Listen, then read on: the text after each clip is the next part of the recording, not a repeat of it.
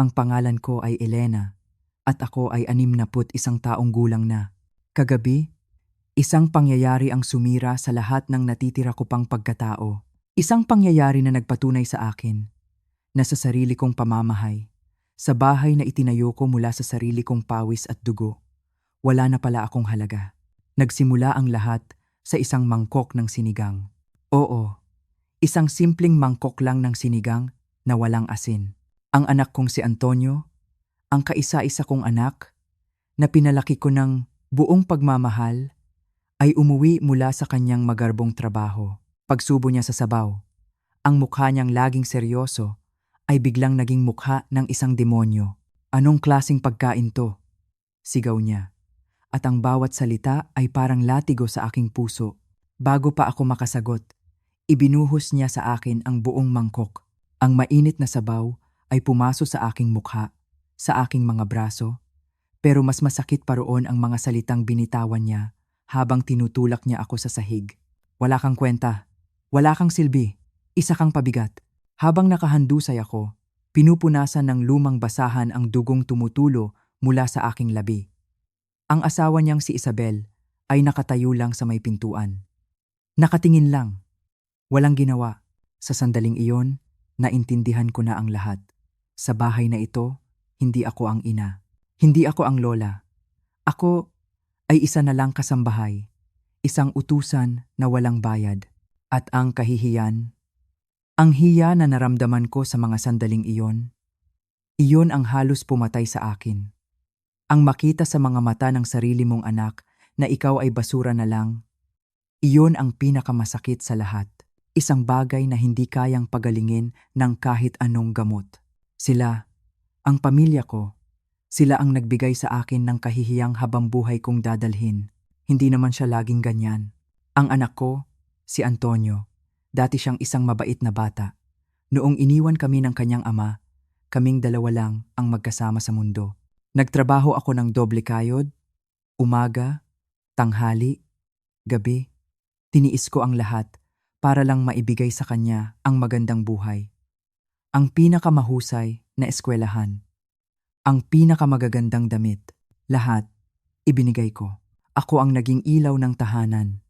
Tiniyak kong laging malinis ang bahay, laging masarap ang pagkain, laging plansado ang kanyang mga damit. Kahit noong nag-asawa na siya at tumira sila dito sa bahay ko, ako pa rin ang gumagawa ng lahat. Ako pa rin ang nag-aasikaso. Ang buong pensyon ko, na umaabot ng 70,000 piso, yung 1,000 piso, kada buwan, siya ang may hawak. Sabi niya, para daw hindi ako mahirapan. Para daw sa ikabubuti ko. Binibigyan niya ako ng 1,000 piso. Namay na, kada linggo, 1,000 para sa lahat ng sakripisyo ko.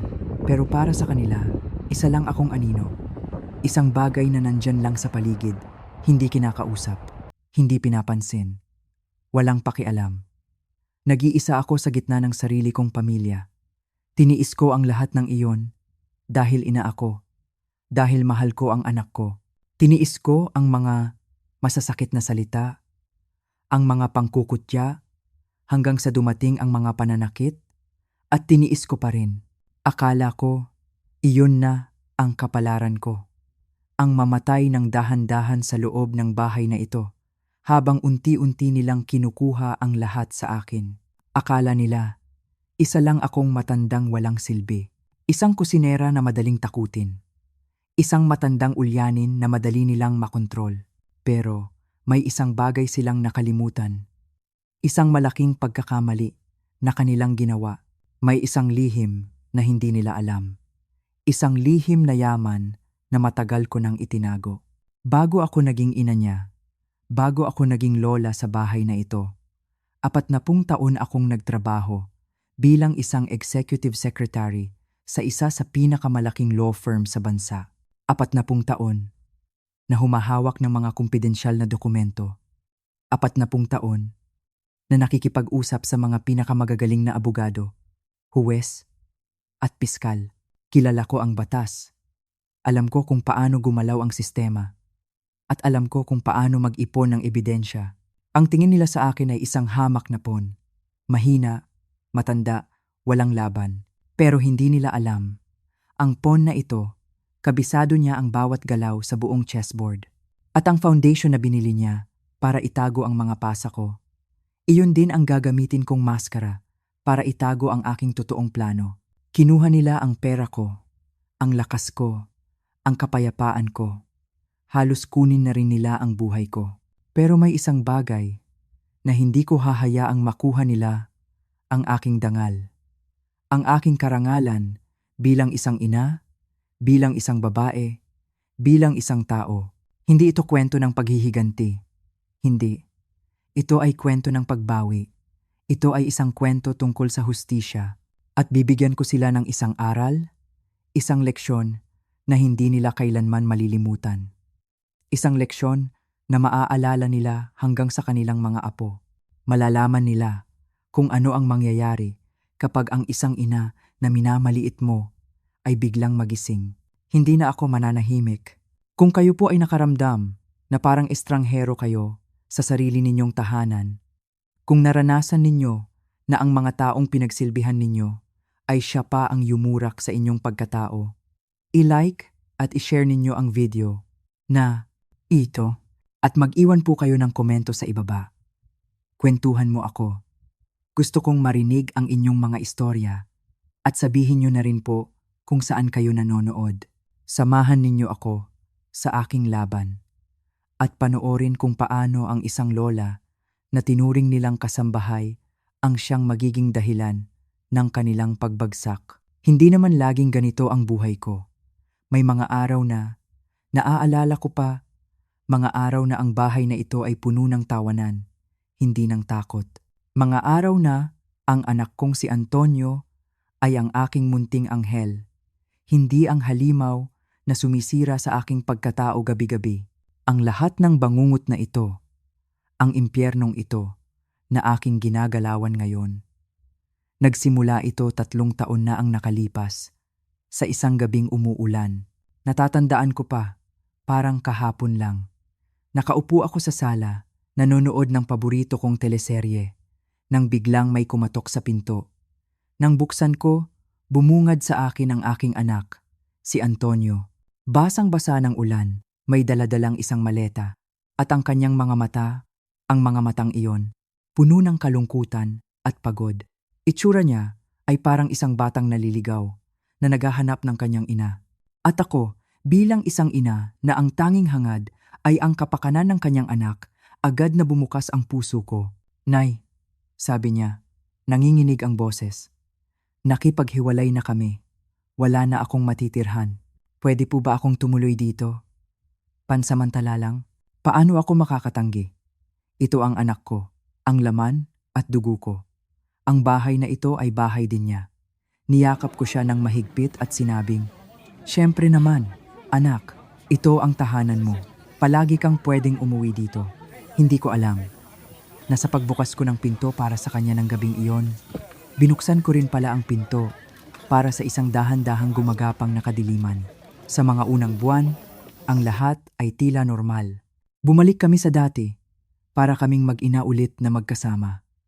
Maaga siyang gumigising para pumasok sa trabaho at sa gabi, sabay kaming naghahapunan.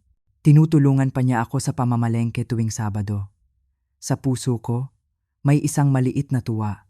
Akala ko, ito na ang pagkakataon para maging mas malapit kami sa isa't isa, lalo na't wala na siyang asawa. Akala ko, aalagaan niya ako sa aking pagtanda. Ngunit unti-unti, may mga maliliit na bagay na nagbago. Nagsimula ito sa mga komento tungkol sa aking pagluluto. "Nay, medyo maalat yata ang adobo ngayon," sabi niya isang gabi. Pinagwalang bahala ko lang. Baka pagod lang siya sa trabaho, naisip ko. Pagkatapos, sinundan ito ng puna sa aking paglilinis. "Nay, pakilinis naman ng maigi ang banyo. Medyo madulas." Sinunod ko naman, kahit na sa tingin ko ay malinis na. Pagkatapos, ang kanyang mga puna ay naging mas personal. "Nay, ang mga damit ninyo, lukot-lukot, nakakahiya naman." Bawat salita, parang maliliit na karayom na tumutusok sa aking puso. Pero tiniis ko. Sabi ko sa sarili ko, stress lang yan dahil sa diborsyo. Kailangan niya ng pangunawa. Kailangan niyang maramdaman na may kasama siya. Pero ang mga salita ay sinundan ng mga gawa. Isang araw, nakita niya akong nagbibilang ng pera mula sa aking pensyon. Lumapit siya at umupo sa tabi ko. "Nay," sabi niya sa isang malumanay na boses. Ang boses na ginagamit niya kapag may kailangan siya. "Sa edad ninyo, delikado nang humahawak kayo ng malaking cash. Baka manakawan kayo o maloko. Hayaan ninyong tulungan ko kayo. Ako na ang hahawak ng bank account ninyo para mas ligtas ang pera ninyo." Nag-alinlangan ako sandali. 40 taon akong nagtrabaho at ako ang laging may hawak ng sarili kong pera.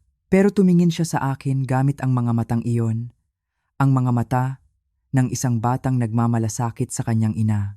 At ako, sa aking kahangalan bilang isang ina, naniwala ako, pumayag ako. Ibinigay ko sa kanya ang aking ATM card, ang aking passbook, ang susi sa lahat ng aking pinaghirapan. Iyon ang pinakamalaking pagkakamali ng buhay ko. Mula noon, ang aking buwanang pensyon na 70,000 piso ay 70,000 ay dumidiretso na sa account niya. Sa simula, binibigyan niya ako ng disenteng halaga para sa mga gastusin. Pero habang tumatagal, paliit ng paliit ang ibinibigay niya hanggang sa umabot sa punto na binibigyan na lang niya ako ng 1,000 piso, 1,000 kada linggo. 1,000 para sa pambili ko ng personal na gamit, pamasahe, at kahit anong munting luho na gusto kong bilhin para sa sarili ko. Kapag nagtanong ako kung nasaan ang natitirang pera, ang lagi niyang sagot, "Nay, ini-invest ko po ang ipon ninyo para lumago. Magtiwala lang kayo sa akin." At nagtiwala ako. Dahil anak ko siya, ang lahat ay lalong lumala nang dumating si Isabel sa buhay niya. Isang babaeng mas bata sa kanya ng 20 taon. Maganda, matalino, at may ambisyon na abot hanggang langit. Ikinasal sila sa isang grandiosong kasalan na nagkakahalaga ng higit sa 5,000,000 piso, 5,000. Isang kasal na pinondohan ng pera ko, ng aking retirement fund, ng aking pinaghirapan. Nang tumira na si Isabel sa bahay, doon ko naramdaman na hindi na ako ang reyna ng sarili kong tahanan. Unti-unti, ako ay naging kanilang katulong. "Nay, ipagluto mo kami ni Isabel ng hapunan. Yung espesyal ha, sanay kasi siya sa masasarap na pagkain. Nay, linisin mo ang guest bathroom. May darating kaming mga bisitang importante. Nay, labhan mo itong damit ko. Kamayin mo lang, masyadong mahal to para sa washing machine." Ang bawat utos ay sinusunod ko. Dahil sa takot. Takot na magalit siya. Takot na baka palayasin niya ako sa sarili kong bahay. Oo, sa sarili kong bahay.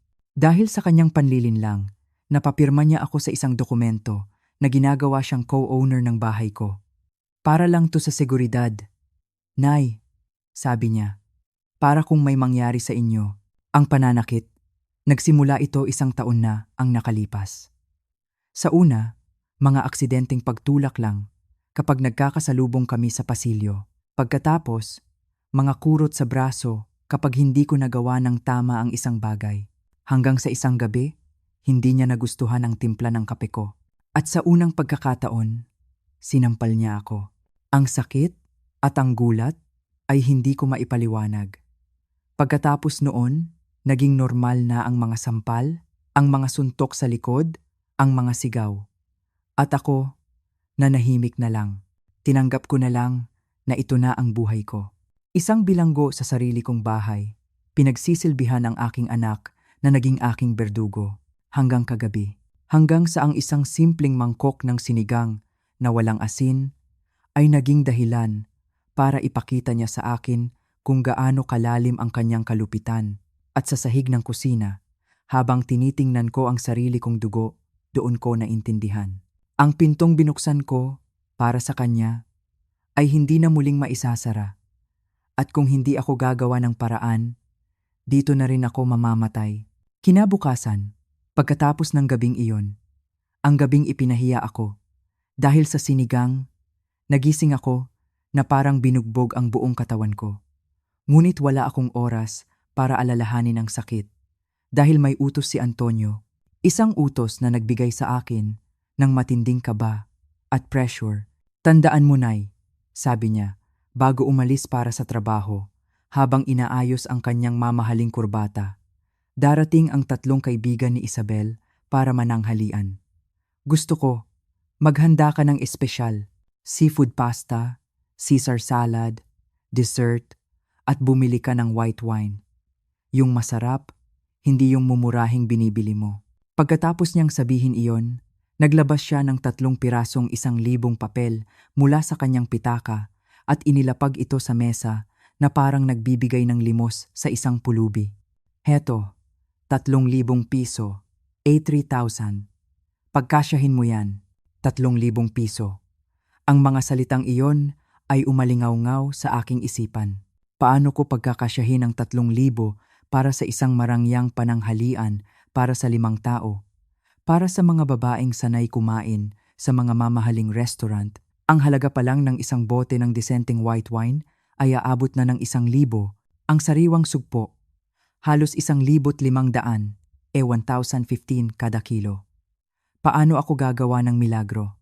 Pero hindi ang pera ang pinakapoproblema ko. Ang mas nakakatakot ay ang bigat ng kanyang babala. At isa pa, bulong niya sa akin bago umalis, habang hindi nakatingin si Isabel.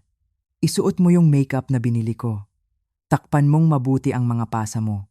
Kapag may nagtanong na, kahit ano tungkol sa itsura mo, kapag pinahiya mo ako sa harap ng mga kaibigan niya, isinusumpa ko, Nay, magsisisi ka sa akin. Ang bawat salita niya ay isang banta.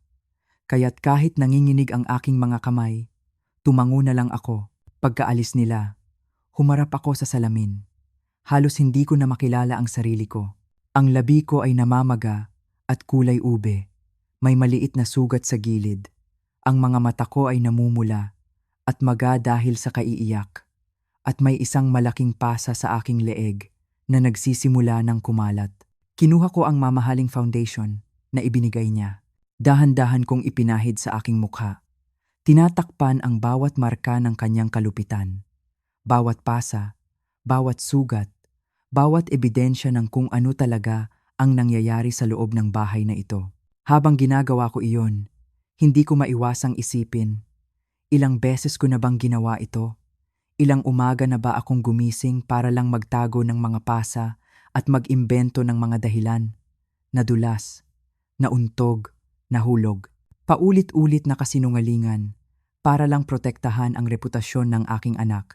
Lumabas ako ng bahay na may listahan sa kamay at perpektong make-up sa mukha. Sa palengke, sinubukan kong i-stretch ang 3,000 hanggat kaya ko.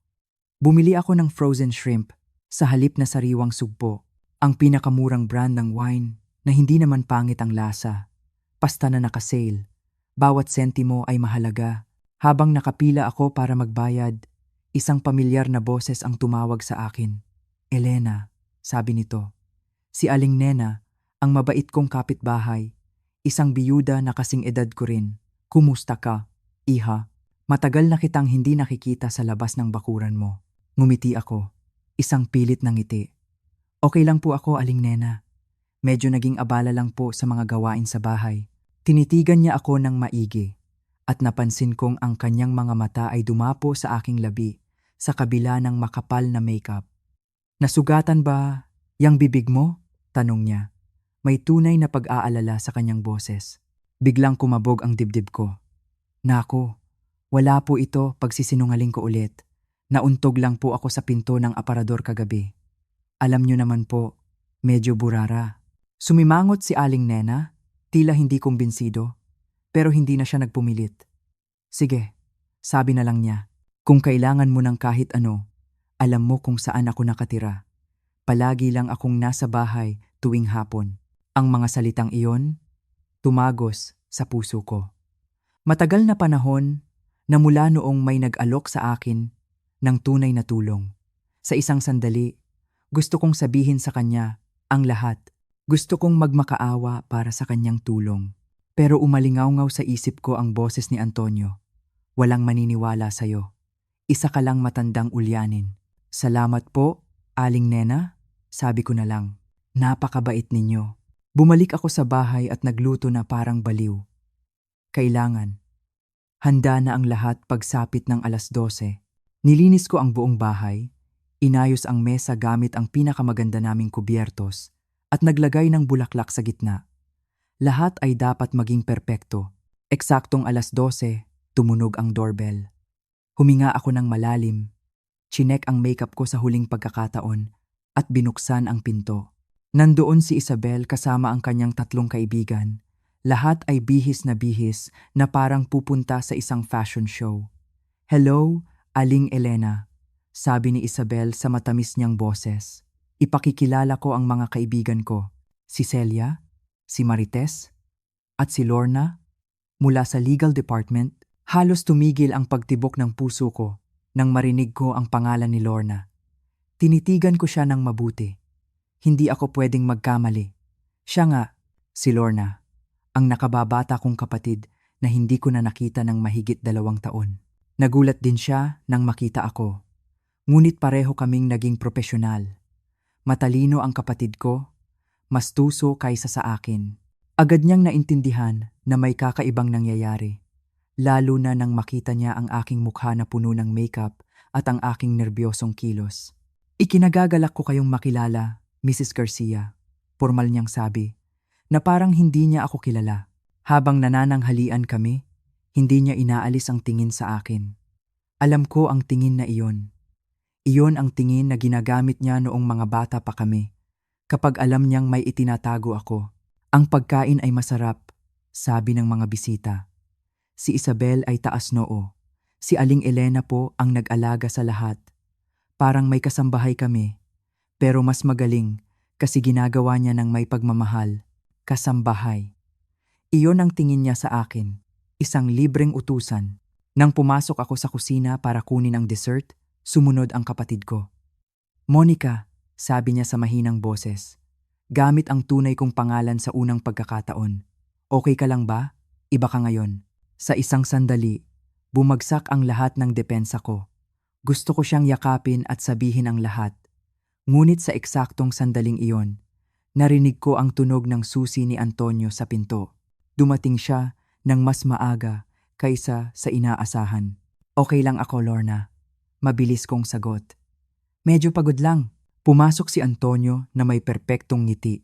Binati ang mga bisita at ipinatong ang kanyang kamay sa balikat ko. Automatiko akong nanigas. Naramdaman niya iyon at mas hinigpitan niya ang pagkakahawak, isang tahimik na babala.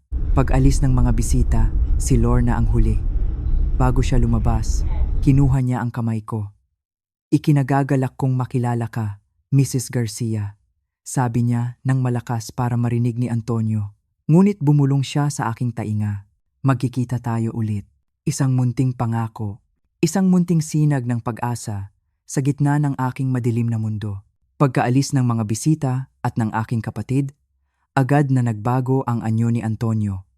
Ang maskara ng pagiging perpektong anak at asawa ay biglang nawala. Ang ngiti niya ay napalitan ng isang malamig na tingin. "Magaling," sabi niya sa akin. "Sa wakas, hindi mo ako ipinahiya. Hindi iyon isang papuri. Iyon ay isang kumpirmasyon na nagawa ko ng tama ang trabaho ko bilang isang utusan." Habang nililigpit ko ang mga pinggan at nililinis ang dining room, isang pakiramdam ng pagod ang bumalot sa akin. Hindi lang pagod sa katawan, kundi pagod sa kaluluwa. Pagod na sa pagpapanggap, pagod na sa takot. Ngunit sa gitna ng pagod na iyon, may isang bagay na nagbigay sa akin ng kaunting lakas. Ang mga salita ng aking kapatid. "Magkikita tayo ulit." At ang pag-aalala sa mga mata ng aking kapitbahay, si Aling Nena, sa unang pagkakataon sa loob ng mahabang panahon. Naramdaman kong marahil hindi ako nag-iisa. Habang nag-iisip ako, biglang tumunog ang aking telepono. Isang numerong hindi ko kilala. Ito ang pangalawang tawag mula sa numerong iyon ngayong araw. Kinakabahan man, sinagot ko ito. "Mrs. Garcia?" Tanong ng boses ng lalaki mula sa kabilang linya. Ang accountant ulit mula sa kumpanya ni Antonio. "Pasensya na po sa muling pagtawag. Hihilingin ko po sana kung pwede kayong pumunta sa opisina ngayon? Mga 3:00 po. May mga bagay po kaming kailangang linawin agad. Urgent po talaga. Tumingin ako sa orasan. 2:15 na. Si Antonio ay nasa kanyang kwarto. Malamang ay natutulog ng siesta. Si Isabel naman ay lumabas ulit. Ito na. Ito na siguro ang pagkakataon ko. Sige po, sabi ko sa mahinang boses. Tinitiyak na hindi niya maririnig. Pupunta po ako. Dali-dali kong kinuha ang aking pitaka at mga susi. Tahimik akong lumabas ng bahay na parang isang magnanakaw sa sarili kong pamamahay. Bawat hakbang ko palayo ay puno ng kaba. Paano kung magising si Antonio? Paano kung mahuli niya ako? Ngunit mas malakas ang isang pakiramdam sa loob ko. Isang pakiramdam na kailangan kong malaman kung ano ang nangyayari. Ang opisina kung saan nagtatrabaho si Antonio ay isang moderno at matayog na gusali sa gitna ng Makati. Gawa sa salamin at bakal. Nakakapanliit. Hindi pa ako nakapunta doon kailanman. Palagi niyang inilalayo ang kanyang buhay sa trabaho mula sa akin, na para bang isang sikreto na hindi ko dapat malaman. Umakyat ako sa 18 palapag. Ang tibok ng puso ko ay sobrang lakas, parang naririnig na ng lahat. Sinalubong ako ng accountant, isang lalaking nasa 50 anyos, pormal na nakasuot ng suit. Ang pangalan niya ay Mr. Santos. Salamat po sa mabilis ninyong pagdating, Mrs. Garcia, sabi niya. Seryoso ang mukha. Pinaupo niya ako sa harap ng kanyang mesa. Ang kanyang mga mata ay may halong awa at pag-aalala na lalong nagpakaba sa akin. Ginang, panimula niya, habang binubuklat ang isang folder na puno ng mga dokumento. Kailangan ko po kayong tanungin tungkol sa inyong bank account. Partikular na po sa ilang mga transaksyon na aming napansin sa mga nakalipas na buwan. Hindi ko po maintindihan, sabi ko. Nanginginig ang boses. Ano pong kinalaman ng account ko sa kumpanya? Tumingin sa akin si Mr. Santos ng diretsyo. Mrs. Garcia, natuklasan po namin na ang inyong anak, si Antonio, ay gumagamit ng pondo ng kumpanya para mag-transfer ng pera sa personal bank account ninyo. Mga transfer na pagkatapos ay agad ding wini-withdraw mula sa inyong account. Para akong sinuntok sa sikmura. Ang hangin ay tila nawala sa aking mga baga. Hindi po yan totoo, sabi ko. Desperadong umaasa na nagkakamali lang siya. Si Antonio po ay isang mabuting empleyado. Hinding-hindi niya gagawin ang isang bagay na ganyan. Ikinalulungkot ko po, pero ginawa niya, sabi ni Mr. Santos, habang ipinapakita sa akin ang isang serye ng mga dokumento, bank statements, transfer records. Sa loob lang po ng nakalipas na 6 na buwan, nakapag-divert na siya ng higit sa 3 milyong piso, 100 labo, mula sa pondo ng kumpanya. Gumuho ang mundo ko. 3 milyon. Ang anak ko, hindi lang pala niya ako sinasaktan sa pisikal. Ginagamit niya ako. Ginagamit niya ako bilang isang kasabwat sa kanyang mga pagnanakaw nang hindi ko nalalaman. Wala po akong alam diyan, sabi ko. Halos maiyak na. Siya po ang may hawak ng buong bank account ko. Wala po akong inaaprubahang kahit anong transfer. Alam po namin, Ginang, malumanay na sabi ni Mr. Santos. Kaya po kayo ang tinawagan namin bago kami magsagawa ng legal na hakbang. Kailangan po naming magsampa kayo ng formal na reklamo para sa maling paggamit ng inyong bank account. Ito po ang tanging paraan para malinis ang inyong pangalan sa gulong ito. Umalis ako sa opisina na parang isang multo. Naglakad ako ng walang direksyon sa mga kalsada ng Makati. Sinusubukang iproseso ang lahat. Ang anak ko ay isang magnanakaw, isang kriminal, at ako ang naging kasangkapan niya. Nang sa wakas ay makauwi ako, 6:00 na ng gabi. Naabutan ko si Antonio sa sala, nanonood ng telebisyon, na parang isang normal na araw lang. Nang makita niya akong pumasok, tiningnan niya ako ng may pagmamataas. Saan ka galing? Tanong niya sa isang tunong nanunumbat. Pag-uwi ko, wala ka dito. Ang kalat ng bahay pagkatapos ng pananghalian. Sa unang pagkakataon sa loob ng maraming taon, tiningnan ko siya ng diretso sa mata. Hindi ako yumuko.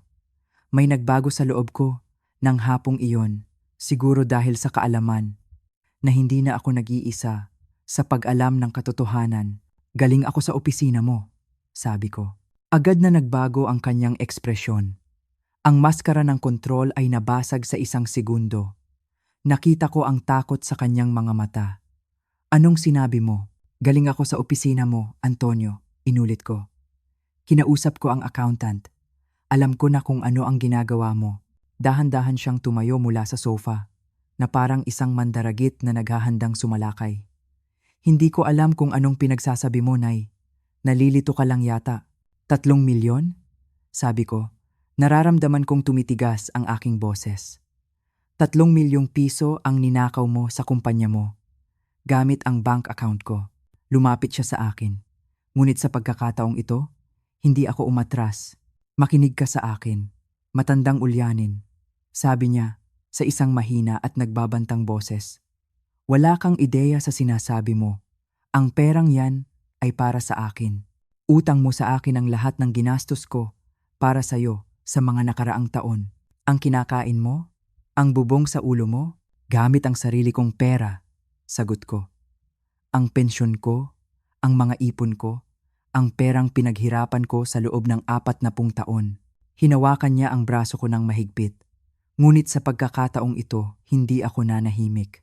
Bitawan mo ako, sumigaw ako, gamit ang lahat ng lakas na natitira sa akin. Nagulat siya sa reaksyon ko. Sa isang saglit, binitawan niya ako. 3 taon akong naging kanyang tahimik na biktima. At ngayon, sa unang pagkakataon, sinisigawan ko siya. Baliw ka na, sabi niya. Pero ang boses niya ay hindi na gaanong kampante. Naniwala sa akin ang accountant, sabi ko sa kanya. Ang mga dokumento ang nagsasalita. Nakarehistro lahat. Dokumentado ang lahat. Itinaas niya ang kanyang kamay para sampalin ako. Ngunit sa eksaktong sandaling iyon, may kumatok sa pinto. Isang malakas at tuloy-tuloy na katok. Ang katotohanan ay lumabas na.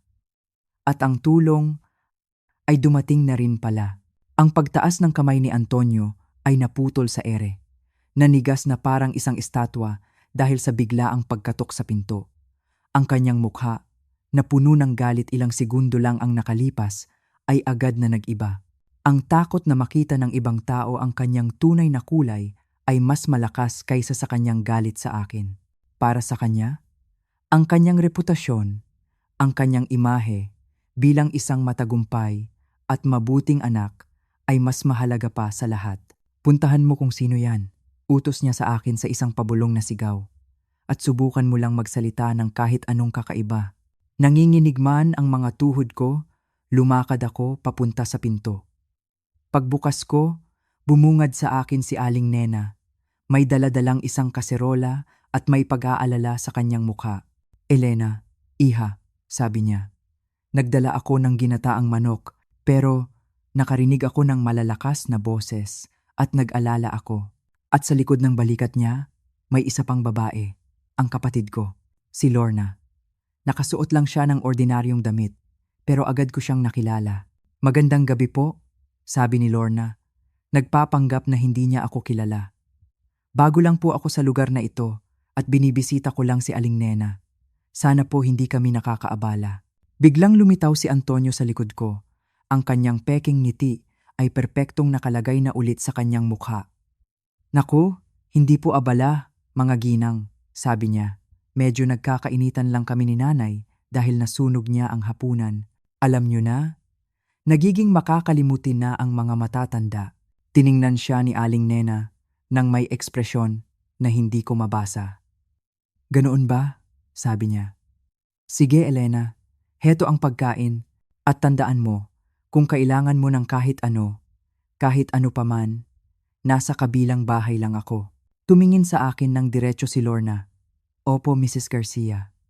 Kahit ano pong kailangan ninyo, kahit anong oras ng gabi. Nang makaalis sila, malakas na isinara ni Antonio ang pinto. Mga matandang tsismosa, bulong niya. Pagkatapos ay hinarap niya ako. Ang kanyang mga mata ay nag-aapoy sa galit. Hindi pa tayo tapos, sabi niya. Bukas ng umaga, sasama ka sa akin sa bangko at pipirmahan mo ang lahat ng papel nasasabihin ko sa'yo. Babawiin mo ang reklamong sigurado akong isinampa mo na at sasabihin mong lahat ng iyon ay isang malaking hindi pagkakaunawaan. Hindi, sabi ko. Nagulat, kahit ako sa sarili kong katapangan. Anong sabi mo? Hindi ko gagawin yan. Hindi ako pipirma ng kahit ano. At hindi na ako magiging kasabwat sa mga pagnanakaw mo. Tiningnan niya ako ng may galit na hindi ko pa nakikita kailanman. Para bang tinanggal na niya ang lahat ng kanyang maskara. Sige, sabi niya sa isang kalmadong boses na mas nakakatakot pa kaysa sa kanyang mga sigaw. Kung ganyan ang gusto mong laro, sige, maglaro tayo. Pero binabalaan kita, kapag natapos ako sa'yo, hihilingin mo na sana hindi ka nalang ipinanganak. Hindi ako nakatulog ng gabing iyon. Narinig ko siyang kausap sa telepono ng maraming oras. Hindi ko alam kung ano ang kanyang binabalak, pero alam kong kailangan kong maging handa sa pinakamasama. Kinabukasan, gumising siya ng mas maaga kaysa sa dati. Maayos ang kanyang pananamit. Suot ang kanyang pinakamagandang itim na suit. Magandang umaga, Nay, sabi niya sa isang boses na nakakapanindig balahibo sa sobrang tamis. Sana nakatulog ka ng mahimbing. Dahil ngayon ay isang napaka-espesyal na araw. Umupo siya sa mesa habang inihahanda ko ang kanyang almusal. Napag-isipan ko ang usapan natin kagabi. Pagpapatuloy niya. Napagdesisyunan kong tama ka. Siguro, naging masyado akong mahigpit sa'yo. Kaya ngayon, pupunta tayo sa bangko para ayusin ang lahat ng gusot. Ipaliwanag mo na pinahintulutan mo ang lahat ng transfers. Iyon pala. Iyon ang dahilan ng kanyang pekeng kabaitan. Hindi ko gagawin yan, Antonio, sabi ko. Ang ngiti niya ay dahan-dahang nawala. Siyempre, gagawin mo, Nay. Dahil kung hindi, may mga hindi magagandang bagay na mangyayari. Itinuro niya ang paligid, ang bahay na ito, ang pagkain mo. Lahat ng ito ay dahil sa akin. At kapag sinabi kong tapos na, tapos na. Pagkatapos, kinuha niya ang kanyang telepono. Naiisip ko rin na tumawag sa ilang mga doktor. Mga doktor na espesyalista sa mga matatandang may problema sa pag-iisip. Tulad ng senile dementia.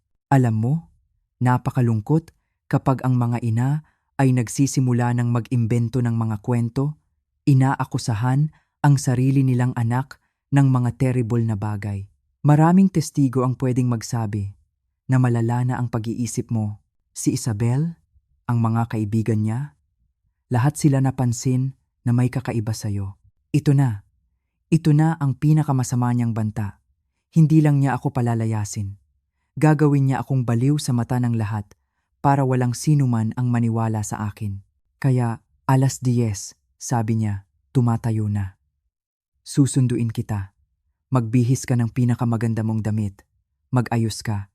At ngingiti ka habang pinipirmahan mo ang lahat ng papel na ilalagay sa harap mo. Naiintindihan mo? Hindi ako sumagot. Kinakausap kita, sigaw niya. Naiintindihan ko, bulong ko. Kinamumuhian ang sarili ko sa aking kaduwagan. Pagkaalis niya, napaupo ako sa isang silya sa kusina at nagsimulang umiyak. Galit sa kanya at higit sa lahat, galit sa sarili ko. Ilang minuto akong nanatiling ganoon hanggang sa may narinig akong mahinang katok sa pinto sa likod. Ang pinto ng kusina. Si Aling Nena. Mayroon siyang apurahang itsura. Elena, bilis, buksan mo, bulong niya. Pagbukas ko, pumasok siya agad. Tinitingnan ang paligid. Narinig ko ang lahat, sabi niya kaagad. Mayroon akong kamera na itinayo malapit sa bintana ng kusina mo. Na-record ko ang buong pag-uusap ninyo ng anak mo. Ang mga banta, ang blackmail, may ebidensya ako. Sa unang pagkakataon sa loob ng maraming araw, nakaramdam ako ng pag-asa. May kaibigan akong fiskal, sabi ni Aling Nena. Dalubhasa siya sa mga kaso ng domestic abuse at financial fraud. Pero kailangan nating pumunta sa kanya. Ngayon na, hindi ako pwedeng umalis, sabi ko. Bumabalik ang takot. Sinabi ni Antonio na huwag akong aalis. Hinawakan ni Aling Nena ang aking mga kamay. Elena, makinig ka. Kung pupunta ka sa bangkong iyon at pipirmahan mo ang mga papel na iyon, makakalaya ang anak mo sa lahat ng kaso. Patuloy kanyang aabusuhin. At higit pa doon, ikaw ay ituturing na isang kasabwat sa kanyang mga pagnanakaw. Pero kung hindi ka pupunta, sabi ko, itutuloy niya ang mga banta niya. Hindi niya magagawa ang lahat ng iyon, sabi ni Aling Nena. Dahil iuuna nating isampa ang mga ebidensya bago pa siya makakilos. Sigurado akong matutulungan tayo ng kaibigan ko, pero kailangan nating umalis ngayon na, Elena. Ito na ang nag-iisa nating pagkakataon. Tumingin ako sa orasan. 8:30 na. Isang oras na lang, babalik na si Antonio. Gumawa ako ng isang desisyon na magbabago sa buhay ko magpakailanman. Pumunta ako sa aking kwarto. Kinuha ang aking pitaka, kasama ang aking mga importanteng dokumento, at kasama si Aling Nena. Lumabas ako sa bahay na iyon.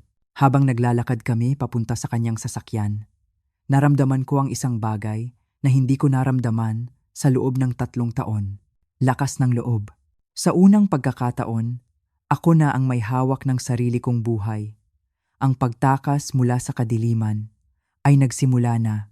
Ang biyahe papunta sa opisina ng piskal ay isa sa pinakamahaba at pinakatahimik na biyahe sa buong buhay ko. Nakaupo ako sa tabi ni Aling Nena sa kanyang lumang kotse, habang ang kapatid kong si Lorna ay nasa likod, walang nagsasalita sa amin. Ang tanging naririnig ko lang ay ang malakas na kabog ng sarili kong dibdib at ang tunog ng wiper ng kotse na paulit-ulit na humahawi sa ambon sa salamin. Bawat paghawi, para bang sinusubukan nitong linawin hindi lang ang daan sa harapan namin, kundi pati na rin ang magulo kong isipan. Takot, pag-asa, kaba, pagsisisi, lahat ng emosyon ay naghahalo-halo sa loob ko. Paano kung hindi kami paniwalaan? Paano kung, gaya ng sinabi ni Antonio, isipin nilang isa lang akong matandang ulyanin na nag-iimbento ng kwento? Pero sa tuwing lilingon ako kay Aling Nena, nakikita ko ang determinasyon sa kanyang mga mata. At kapag sumusulyap ako sa salamin sa harap, nakikita ko ang suporta sa mukha ng aking kapatid. Hindi na ako nag-iisa. Ang kaisipang iyon ang nagbigay sa akin ng lakas para ituloy ang laban na ito. Ang opisina ng piskal ay isang gusaling luma at seryoso, amoy luma na papel at kape. Sinalubong kami ng kaibigan ni Aling Nena, si Attorney Brenda Ramirez. Isa siyang babaeng nasa 40 anyos, may matalas na tingin, at isang boses na nagbibigay ng kapanatagan. Hindi niya kami tinrato na parang mga ordinaryong kliyente lang. Pinaupo niya kami, pinakinggan ang bawat salita ko, at pinanood ang recording na dala ni Aling Nena ng may buong atensyon. Habang pinapanood niya ang video sa kanyang laptop, ang video kung saan sinisigawan ako ni Antonio at tinatakot na ipapadeklara akong baliw, muli kong naramdaman ang takot. Ngunit sa pagkakataong ito, iba na. Nakikita ko na ito mula sa labas. Naririnig ko na ang sarili kong boses na nanginginig. Nakikita ko na ang halimaw na naging anak ko. At sa unang pagkakataon, nakita ko ang sarili ko hindi bilang isang duwag, kundi bilang isang biktima na karapat-dapat bigyan ng hustisya. Pagkatapos panoorin ang video, tumingin sa akin si Attorney Ramirez. "Ginang Elena," sabi niya sa isang seryosong tono. "Ang ginagawa po ng anak ninyo ay hindi lang iisang krimen. Ito po ay isang serye ng mga krimen. Domestic abuse, financial fraud, blackmail, at attempted obstruction of justice. Marami po tayong pwedeng ikaso sa kanya." Tumingin siya sa orasan. 9:15 na. Sa loob ng 15 minuto, darating na si Antonio sa bahay para sunduin ako. "Kailangan po natin siyang arestuhin ngayon," sabi ni Attorney Ramirez. "Pero kailangan ko pong kayo mismo ang magsampa ng formal na reklamo. Handa po ba kayo?" Tumingin ako kay Aling Nena. Pagkatapos ay sa kapatid ko. Tumango sila sa akin. Huminga ako ng malalim. Ang babaeng pumasok sa opisina na ito, na nanginginig sa takot, ay unti-unting nawawala. Napapalitan siya ng isang ina na pagod, ng masaktan. "Opo," sabi ko, at nagulat ako sa katatagan ng sarili kong boses. Handa na po ako. Habang pinipirmahan ko ang mga papeles ng reklamo, ang bawat pirma ay parang isang hakbang palayo sa aking madilim na nakaraan. Kausap naman ni Attorney Ramirez sa telepono ang mga pulis. Ibinibigay ang aking address at ang oras ng pagdating ni Antonio. Ang lahat ay gumagalaw ng napakabilis. Parang isang panaginip. 10:30, habang nagkakape kami sa kanyang opisina, tumunog ang telepono ni Attorney Ramirez. Opo, sige po. Maraming salamat. Ibinaba niya ang telepono at tumingin sa akin. Nasa kustodiya na po siya, sabi niya. Inaresto nila si Antonio sa bahay ninyo. Natagpuan daw siyang sumisigaw na parang baliw, nagwawasak ng mga gamit, at hinahanap kayo sa buong bahay. Nakahinga ako ng maluwag. Sa isang iglap, para bang 1,000 librang bigat ang nawala sa aking mga balikat. Sa unang pagkakataon sa loob ng 3 taon, alam kong matutulog ako ngayong gabi ng walang takot. Ngunit ang kapayapaan ay panandalian lamang. Pagbalik namin sa bahay ko ng hapong iyon, kasama si Attorney Ramirez para idokumento ang mga nangyari, para akong pumasok sa isang lugar na dinaanan ng bagyo, wasak. Ang mga unan ng sofa ay punit-punit, may mga basag na pinggan sa buong sahig ng kusina, at ang mga family picture na nakasabit sa dingding, ang mga larawan namin noong masaya pa kami, ay pinagkakalmot at pinagbabasag. Diyos ko, bulong ni Aling Nena habang tinitingnan ang pagkawasak. Paano niya nagawa ang lahat ng ito sa sandaling panahon lang? Alam ko ang sagot. Alam ko ang bulag na galit ni Antonio kapag hindi nasusunod ang gusto niya. Nakita ko na ang galit na iyon dati, pero hindi sa mga bagay. Kadalasan, ako ang target ng kanyang galit. Magsisilbi itong karagdagang ebidensya ng kanyang marahas na pag-uugali, paliwanag ni Attorney Ramirez habang kinukuhanan ng litrato ang lahat. Destruction of property. Makikita ng hukom kung anong klaseng tao ang anak ninyo. Habang nililinis namin ang mga bubog at pinupulot ang mga piraso ng aking dating buhay, walang tigil sa pagring ang aking telepono. Isang unknown number. Huwag niyong sagutin. Babala ni Attorney Ramirez. Malamang siya yan. Tumatawag mula sa kulungan. Nang tingnan ko ang mga voicemail, boses nga ni Antonio. Pero ibang-iba ang tunog. Hindi na ito ang nagbabantang halimaw ng umaga. Ito ang boses ng isang takot na bata na ginagamit niya kapag gusto niyang mamanipula ako. Nay, sabi ng boses niya, basag sa recording. Nay, parang awa mo na. Ilabas mo ako dito. Hindi ko sinasadyang saktan ka.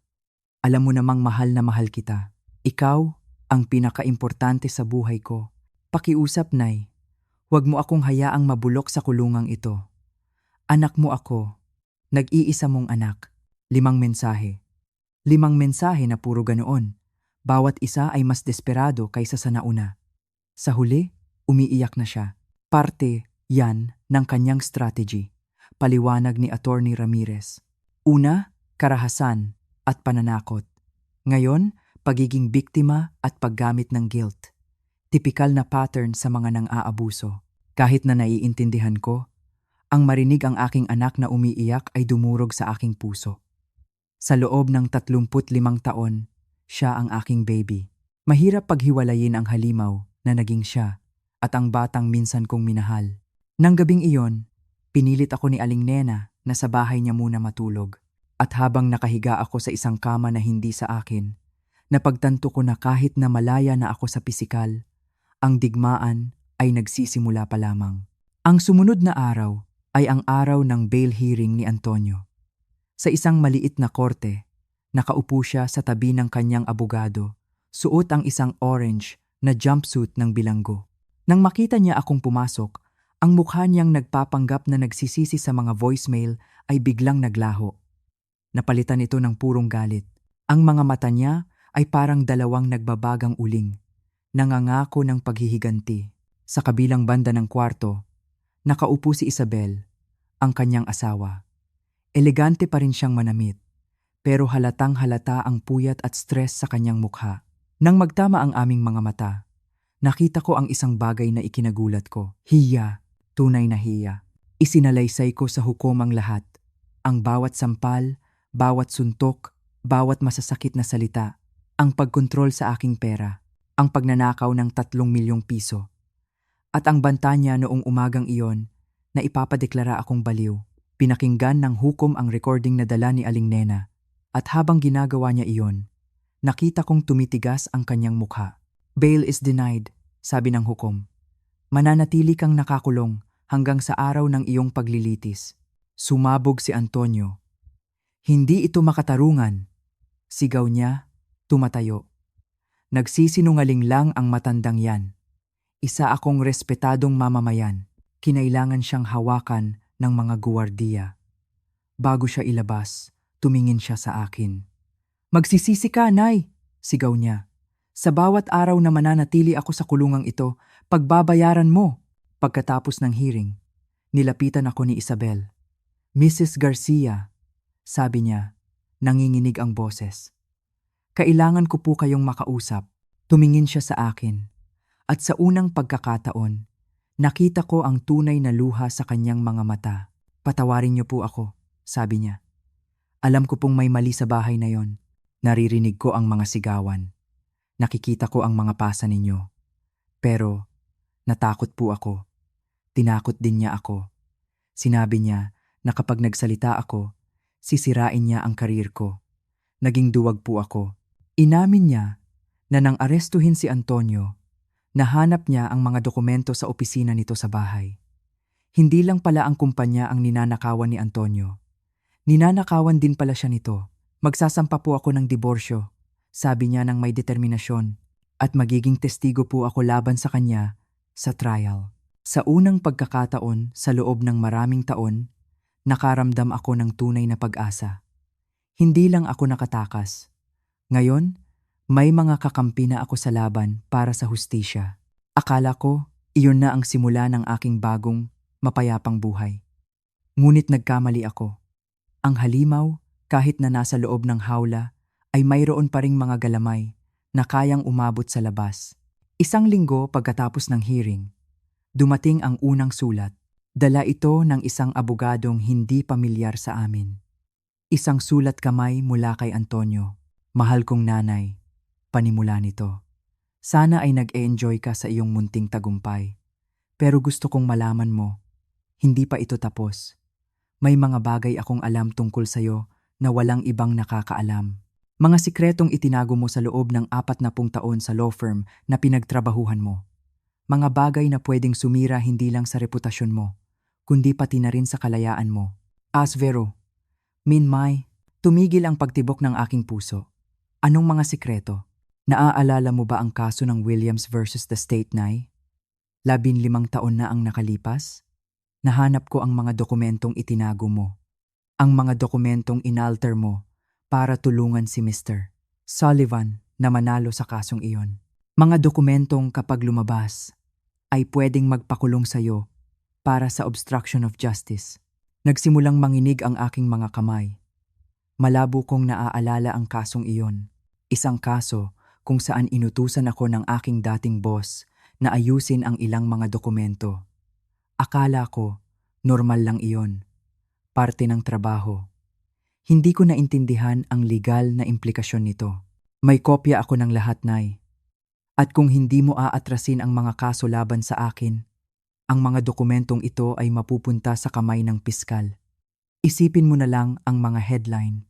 Inaputisan, anyos na sekretarya, inaresto dahil sa pakikipagsabwatan sa pagtatago ng mga pagkamatay dahil sa gamot. Nawa, iyon ang simula ng isang bagong uri ng impyerno. Isang impyerno na mas masahol pa sa pisikal na pananakit. Dahil ngayon, ang kalaban ko ay ang sarili kong nakaraan, ang mga pagkakamali na hindi ko alam na ginawa ko. Agad kong tinawagan si Attorney Ramirez. Ito ay malinaw na blackmail, sabi niya, matapos basahin ang sulat. Ngunit kailangan nating malaman kung may basehan ang kanyang mga banta. Ang mga sumunod na araw ay isang bangungot. Habang iniimbestigahan ng team ni Attorney Ramirez ang lumang kaso, nabuhay ako sa matinding takot. Bawat katok sa pinto, inaakala kong mga pulis na aaresto sa akin. Ang anak ko, kahit na nakakulong, ay nagtagumpay. Muli niya akong ginawang kanyang bilanggo. At sa pagkakataong ito, ang rehas na bakal ay ang sarili kong mga sikreto. Ang banta ni Antonio ay hindi lang isang simpleng pananakot. Ito ay isang perpektong patibong, isang bitag na maingat niyang inihanda na naghihintay lang sa tamang pagkakataon para isara sa akin. At ako ay nahulog dito nang walang kaalam-alam. Ang mga sumunod na araw ay parang paglalakad sa isang madilim na tunnel na walang katapusan. Ang kapayapaang sandali kong naramdaman ay nawala, napalitan ng isang pamilyar na pakiramdam. Takot. Ang takot na iyon na matagal kong naging kasama sa loob ng bahay ko ay bumalik, mas malakas at mas nakakaparalisa. Gabi-gabi, binabangungot ako. Napapanaginipan ko na kinakatok ng mga pulis ang pinto ng bahay ni Aling Nena. Dinadakip ako at ikinukulong sa isang seldang katabi ng selda ni Antonio habang tumatawa siya ng malakas. Nagigising akong pawis na pawis, humihingal, at ang tanging nagpapakalma sa akin ay ang pag-upo ni Aling Nena sa tabi ko. Hinahaplos ang aking likod at sinasabing, "Nandito lang ako, Elena, hindi ka nag-iisa." Ngunit sa loob-loob ko, naramdaman kong nag-iisa ako dahil ito ay isang laban na may kinalaman sa aking nakaraan, sa mga pagkakamaling hindi ko sinasadya pero ako pa rin ang may gawa. Ipinaliwanag sa akin ni Attorney Ramirez na sa mata ng batas, ang hindi ko alam ay hindi isang valid na depensa. Kung mapatunayan na nag-alter ako ng ebidensya, kahit na utos pa ito ng aking boss, maaari pa rin akong makasuhan. Isang linggo pagkatapos ng unang sulat, dumating ang pangalawa. Mas malupit, mas detalyado. "Mukhang hindi ka pa natututo, nanay," sabi sa sulat. "Mukhang gusto mo pa ring subukan ang pasensya ko. Sige, ngayon malalaman ng buong mundo kung anong klaseng tao ka talaga." Kasama ng sulat ay isang sobre na may lamang mga litrato ng mga dokumento, mga internal memo mula sa Sullivan and Associates na may sulat kamay ko. May mga nota sa gilid, mga petsang halatang binago, at mga pahinang nawawala mula sa orihinal na file. Malinaw, klaro. Ito ang ebidensyang sinasabi niya. Ngunit mayroon pang mas masahol. Ang mga litratong ito ay lalabas sa diaryo bukas ng gabi kung hindi ka dadalaw sa akin dito sa kulungan bago mag-Biyernes.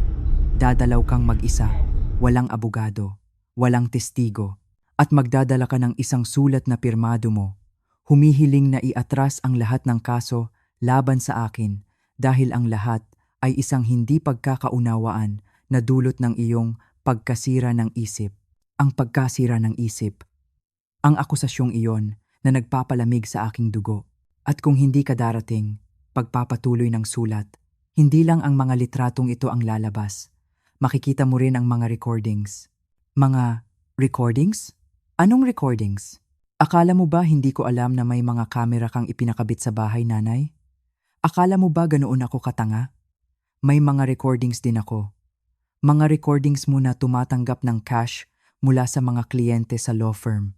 Pera na hindi mo idineklara bilang income. Tax evasion, nanay. Isa na namang krimen na pwedeng magpakulong sa'yo ng isa pang 15 taon. Sa puntong iyon, gumuho na ng tuluyan ang lahat sa akin. Hindi na lang ito blackmail. Ito ay isang all-out psychological warfare. Matagal na pala niya itong pinaghahandaan.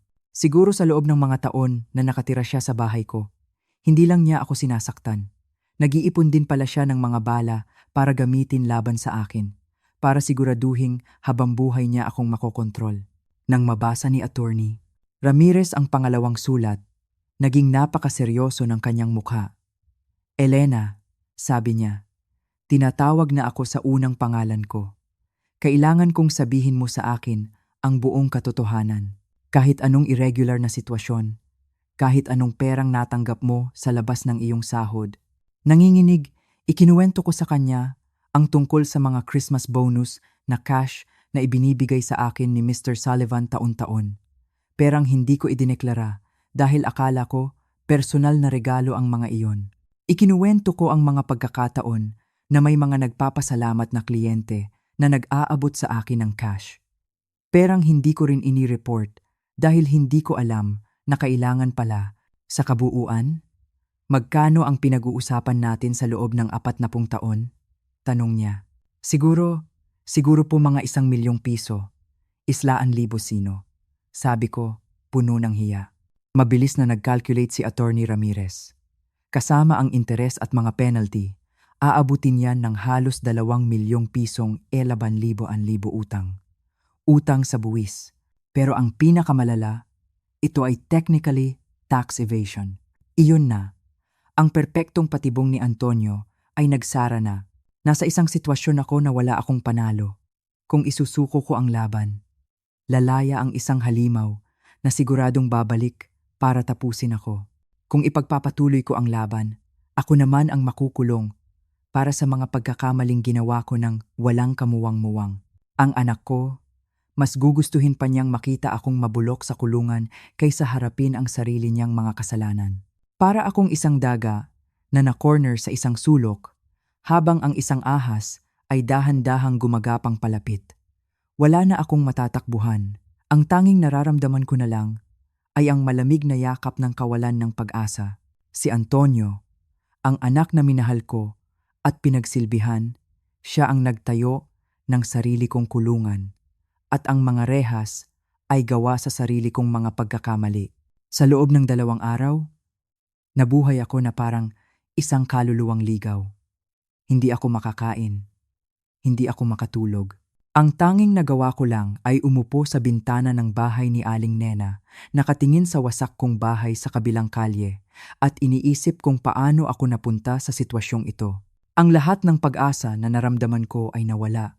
Napalitan ng isang mapait na katotohanan. Si Antonio ang mananalo. Lagi siyang nananalo dahil handa siyang gawin ang lahat, kahit pa ang pagsira sa sarili niyang ina. Handa na akong sumuko. Handa na akong tawagan si Attorney Ramirez at sabihing, itigil na natin ito. Ayoko na. Mas gugustuhin ko pang bumalik sa impyerno sa bahay na iyon kaysa harapin ang kahihiyan na makulong sa edad kong ito. Ngunit bago ko pa magawa iyon, tumawag si Attorney Ramirez. Elena, kailangan nating mag-usap, sabi niya. May naiisip akong paraan. Nagkita kami sa kanyang opisina. Pagod ang itsura ko, maga ang mga mata, at para bang tumanda ako ng 10 taon sa loob lang ng ilang araw. May pangatlong opsyon tayo, sabi niya. Pagkatapos kong maupo, isang opsyon na hindi inaasahan ni Antonio, isang opsyon na napakadelikado, pero ito lang ang nakikita kong paraan para mabawi mo ang kapangyarihan sa sitwasyong ito. Ano po iyon? Tanong ko. Walang gana. Tumingin siya sa akin ng diretso. Uunahan natin siya, sabi niya. Bago pa niya magamit ang mga sikreto mo bilang blackmail, tayo mismo ang voluntaryong maglalabas ng lahat ng iyon sa publiko. Natigilan ako. Ano po? Ipapaalam natin sa lahat na nagkamali ako? Oo, sabi ni Attorney Ramirez. Magpapatawag tayo ng isang press conference. Ikaw mismo ang magsasabi sa mundo ng lahat ng pagkakamali mo. Ipapaliwanag natin ang konteksto na utos lang ito ng boss mo na hindi mo alam ang legal na implikasyon nito.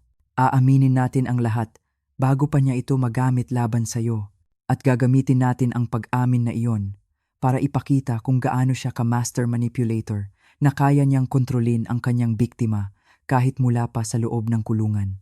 Ito ay isang napakalaking sugal. Nangangahulugan ito na kailangan kong aminin sa buong mundo na nagkamali ako, na kailangan kong harapin ang posibleng legal na konsekwensya at ang kahihiyan sa publiko.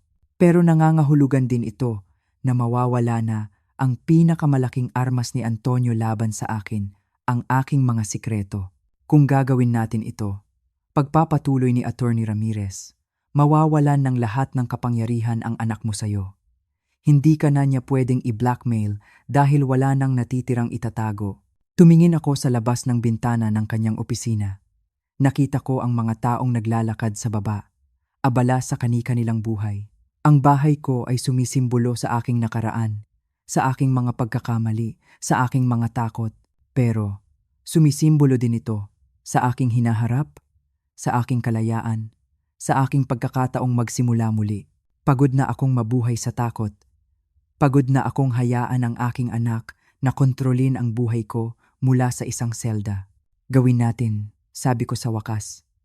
At sa unang pagkakataon sa loob ng maraming araw, naramdaman ko ang pagbabalik ng aking lakas. Ngunit habang pinaplano namin ang press conference, isang hindi inaasahang tawag ang dumating sa opisina ni Attorney Ramirez. Ito ay mula kay Mr. Rafael Cruz, ang boss ni Antonio, ang CEO ng kumpanyang ninakawan niya. Gusto daw niya akong makausap bago ang press conference. Kinabahan ako. Bakit niya ako gustong kausapin? Baka naman may kaso din silang isasampalaban sa akin. Nagkita kami sa opisina ni Attorney Ramirez. Si Mr. Cruz ay isang lalaking nasa 50 anyos, may respeto at seryoso ang dating. Pagpasok ko, agad siyang tumayo. Mrs. Garcia, sabi niya sa isang mainit ngunit seryosong boses. Una sa lahat, gusto ko pong humingi ng paumanhin. Kung mas naging mahigpit lang sana ako sa pagbabantay kay Antonio, marahil ay naiwasan sana ang ganito kalaking pagdurusa para sa inyo. Nagulat ako sa kanyang mga salita. Wala po kayong kasalanan, sabi ko. Marahil po, sabi ni Mr. Cruz. Pero may isang bagay kaming natuklasan. Ang pagnanakaw ng anak ninyo, hindi ito nagsimula, 6 na buwan lang ang nakalipas. Nagsimula ito, 2 taon na ang nakalipas. 2 taon.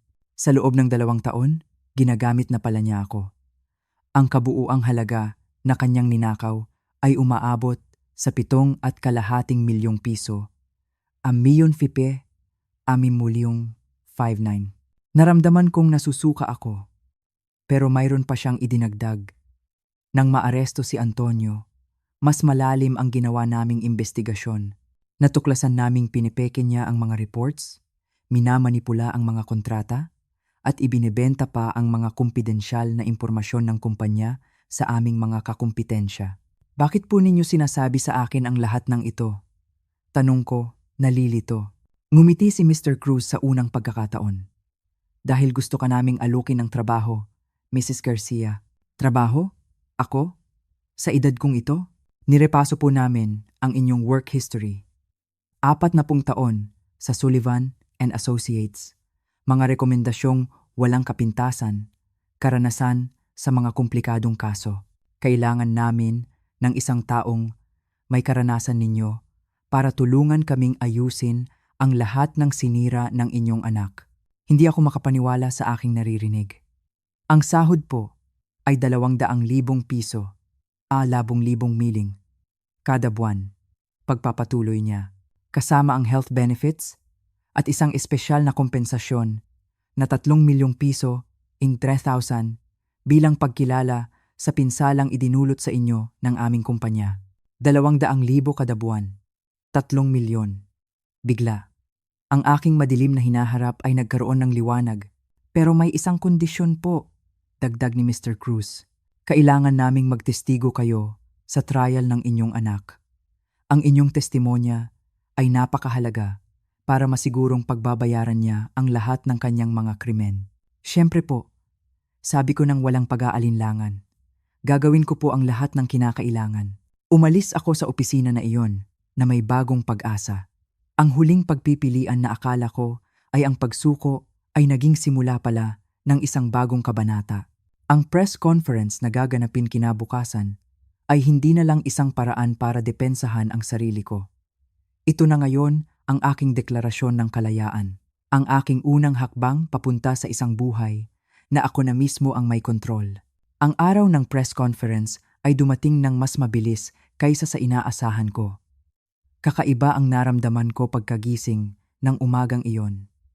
Sa loob ng maraming taon, ang bawat umaga ko ay sinasalubong ng takot. Takot sa kung anong masasakit na salita ang maririnig ko. Takot sa kung aling parte ng katawan ko ang masasaktan. Takot sa kung anong bagong kahihiyan ang ipaparanas sa akin. Ngunit ng umagang iyon, wala ang takot. Napalitan ito ng isang kakaibang kapanatagan. Isang kalinawan ng isip na matagal ko nang hindi naramdaman. Nakatayo ako sa harap ng salamin. Suot ang aking pinakaseryosong kulay abong bestida, ang bestidang isinusuot ko noon sa mga importanteng okasyon sa law firm. Tinulungan ako ni Aling Nena na maglagay ng kaunting makeup, sapat lang para hindi magmukhang pagod, pero hindi para magtago. Ngayon, wala na akong tinatago.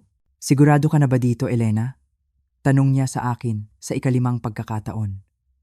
Kapag binitawan mo na ang mga salitang iyon sa publiko, wala nang balikan. Ngumiti ako sa reflection ko sa salamin. Isang tunay na ngiti.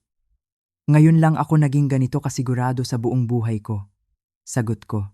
3 taon akong nabuhay bilang isang bilanggo dahil sa takot.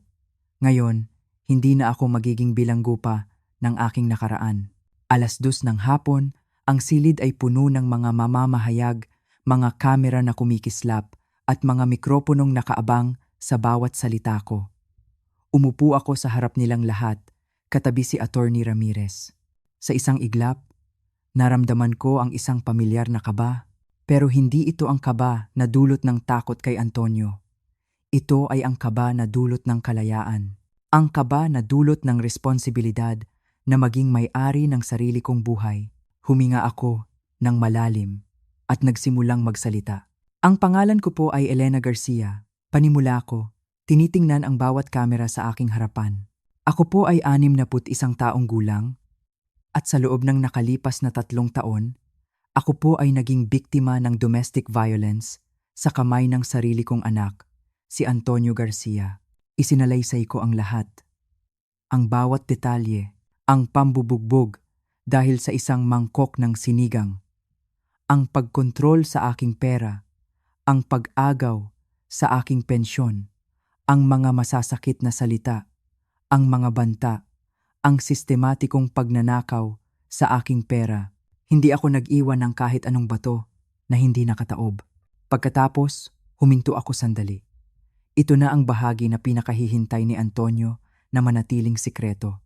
Ang bahagi na ginamit niya para durugin ang aking kaluluwa. Ngunit nandito po ako ngayon, hindi lang para isalaysay ang kanyang mga kasalanan, pagpapatuloy ko at naramdaman kong lalong tumatag ang aking boses. Nandito rin po ako para aminin ang sarili kong mga pagkakamali. Sa loob po ng 40 taon na pagtatrabaho ko bilang isang sekretarya sa Sullivan and Associates Law Firm, ako po ay nakagawa ng mga pagkakamali. Mga pagkakamali na hindi ko alam noong panahong iyon, nalabag pala sa batas, ngunit ngayon ay kinikilala ko bilang mali. Ipinaliwanag ko ang tungkol sa kaso ng Williams, ang mga dokumentong inayos ko sa utos ng aking boss, ang mga perang hindi ko naideklara. Lahat, wala akong itinira. Natuklasan ng aking anak ang mga pagkakamaling ito, sabi ko, at ginamit niya ang mga ito para i-blackmail ako mula sa kulungan. Tinakot niya akong ilalabas niya ang lahat ng ito sa publiko kung hindi ko aatrasin ang mga kaso laban sa kanya. Ngayong araw, nandito ako para tanggalin ang armas na iyon mula sa kanyang mga kamay. Mas gugustuhin ko pong harapin ang anumang konsekwensya ng aking mga pagkakamali kaysa patuloy na maging biktima ng kanyang manipulasyon. Ang buong silid ay natahimik. Ang mga mamamahayag ay abala sa pagsusulat. Ang mga kamera ay patuloy sa pag-record. Nais ko pong mag-iwan ng isang mensahe, sabi ko. At sa pagkakataong ito, hindi lang ang mga kamera ang tinitingnan ko, kundi ang bawat babae, bawat ina, bawat asawa na maaaring nanonood. Sa lahat po ng mga kababaihan na nakakaranas ng pang-aabuso, emosyonal na blackmail, pagkontrol sa pera, mga banta, lahat po ng iyan ay uri ng pang-aabuso. Huwag po ninyong hayaan na ang takot sa sasabihin ng ibang tao ang magkulong sa inyo. Ang kalayaan ay mas mahalaga kaysa sa reputasyon. Pagkatapos ng press conference, ipinaalam sa akin ni Attorney Ramirez na nagdesisyon ang opisina ng piskal na hindi na sila magsasampa ng kaso laban sa akin. Ang iyong voluntaryong pag-amin, kasama ang katotohanang ikaw ay biktima ng blackmail, ay mas nagpapatunay na mas kapaki-pakinabang ka bilang isang testigo kaysa bilang isang akusado, paliwanag niya. Nang gabing iyon, sa unang pagkakataon sa loob ng maraming buwan, umuwi ako sa sarili kong bahay. Nagpumilit si Aling Nena na samahan ako sa mga unang gabi, hanggang sa maramdaman kong ligtas na ako ng tuluyan. Habang nakahiga ako sa sarili kong kama, sa sarili kong kwarto, sa sarili kong bahay, naramdaman ko ang isang bagay na hindi ko naramdaman sa loob ng 3 taon. Kontrol. Buong kontrol sa sarili kong buhay. Si Antonio ay nasa kulungan pa rin. Humaharap sa napakaraming kaso na malamang ay magpapanatili sa kanya doon sa loob ng maraming taon. Ang kanyang blackmail ay nawalan na ng lahat ng kapangyarihan dahil wala na akong mga sikretong itinatago. Biglang tumunog ang aking telepono. Isang numero mula sa kulungan. Ngunit sa pagkakataong ito, hindi ako natakot na sagutin. Nay, boses ni Antonio. Ngunit iba ang tunog. Talunan. Wasak. Napanood ko sa balita ang press conference mo. At ano ang masasabi mo? Tanong ko sa kanya. Nagulat ako sa sarili kong kalamigan. Sinira mo ang lahat, sabi niya. Walang galit, tanging isang malalim na kalungkutan. Sinira mo ang huling pagkakataon kong makalaya. Hindi, Antonio, sagot ko. Ikaw ang sumira sa pagkakataong iyon noong nagdesisyon kang gawing biktima ang sarili mong ina. Isang mahabang katahimikan ang namagitan sa aming dalawa. Mapapatawad mo pa ba ako? Tanong niya sa wakas. Ang kanyang boses ay halos isang bulong na. Tumingin ako sa labas ng aking bintana, sa mga bituin sa madilim na kalangitan. Balang araw, sabi ko nang may buong katapatan. Kapag nabayaran mo na ang lahat ng iyong ginawa, kapag humingi ka ng tunay na tulong para magbago, kapag naintindihan mo na ang lalim ng sakit na idinulot mo, balang araw, marahil, mapapatawad kita. Pero, hinding-hindi ko malilimutan. Ibinaba ko ang telepono at pinatay ito. Bukas, sisimulan ko na ang aking bagong trabaho, ang aking bagong buhay. Ngunit ng gabing iyon, ang tanging gusto ko lang ay matulog ng mahimbing sa sarili kong tahanan, nang walang takot, nang walang banta, nang walang blackmail. Sa unang pagkakataon sa loob ng 3 taon, ako ay ganap ng malaya. At bagamat naging napakasakit ng daan, bagamat kinailangan kong harapin ang sarili kong mga pagkakamali sa harap ng buong mundo, at bagamat nawala na nang tuluyan ang relasyon ko sa aking anak, alam kong ginawa ko ang tamang desisyon. Natutunan ni Antonio na ang mga biktima ay pwedeng maging matatag, na ang mga sikreto ay nawawalan ng kapangyarihan kapag inilabas sa liwanag, at ang hustisya, bagamat mabagal, ay darating din sa huli. At ako, natutunan ko na hindi pa huli ang lahat para bawiin ang sarili mong buhay, gaano ka man katagal na buhay sa dilim. Ito ang aking kwento. Ang aking kwento ng kalayaan. Isang kwento na sana ay magbigay ng inspirasyon sa ibang mga babae na basagin ang kanilang sariling mga tanikala, kahit sino pa man ang naglagay ng mga iyon.